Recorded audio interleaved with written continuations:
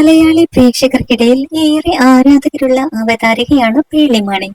രസകരമായ സംസാര ശൈലിയും ലളിതമായ പെരുമാറ്റവുമാണ് പേളിയെ ജനങ്ങൾക്കിടയിൽ പ്രിയങ്കരിയാക്കിയത്.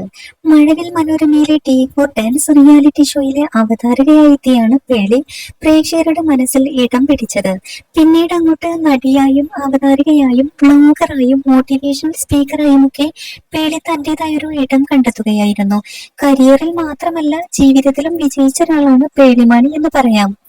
ബിഗ് ബോസ് മലയാളത്തിന്റെ ആദ്യ സീസണിലൂടെ പരിചയപ്പെട്ട നടൻ ശ്രീനിഷാണ് പേളിയുടെ ഭർത്താവ്. നിള, നിതാര എന്നിങ്ങനെ രണ്ട് പെൺമക്കളാണ് ഈ ദമ്പതികൾക്കുള്ളത്. അമ്മ, ഭാര്യ എന്നീ നിലകളിലെല്ലാം താൻ എത്രത്തോളം സന്തോഷവതിയാണെന്ന് പലപ്പോഴും സോഷ്യൽ മീഡിയയിലൂടെ പേളി പങ്കുവച്ചിട്ടുണ്ട്.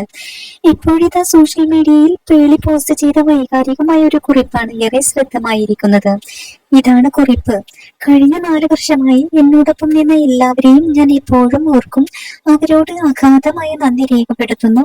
ഗർഭധാരണവും പ്രസവാനന്തര ദിനങ്ങളും ഒരു സ്ത്രീയുടെ ജീവിതത്തിൽ ശാരീരികമായും വൈകാരികമായും ഏറ്റവും അധികം തളർത്തുന്ന സമയങ്ങളാണ്. പ്രസവാനന്തരം എന്നത് വെറും ഒരു ഘട്ടമല്ലെന്ന് പലർക്കും മനസ്സിലാകുന്നില്ല.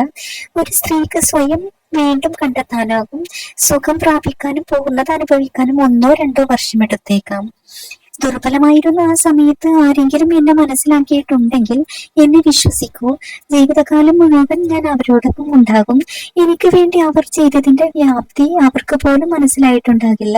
കാരണം ഒരാൾ എന്റേതാണെന്ന് ഞാൻ തീരുമാനിച്ചു കഴിഞ്ഞാൽ അത് എന്നേക്കും അങ്ങനെയാണ്.